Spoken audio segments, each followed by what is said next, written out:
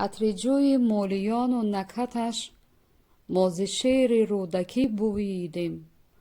ما همه از آب رودک خورده ایم، ما ز درد رودکی روییده ایم. درس انسانساز عشق جاودان، درد شیرین، درد زیبای وطن. هدیه یزدان بهشت ما وطن، شه کتاب سرنوشت ما وطن.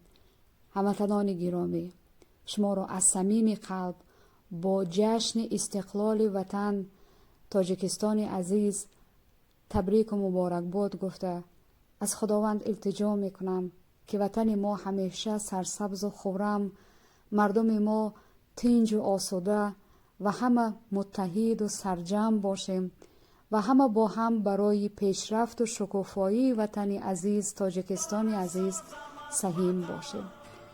چیست استقلال؟ عزت داشتن، بر دیار خود محبت داشتن. ستون زنم به سقف تو،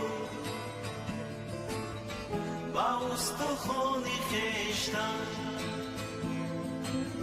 سطیر و آب و گل مرا برای ساختار تو،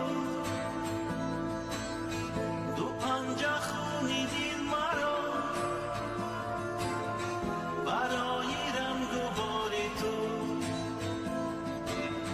برای در چهار سو نوشته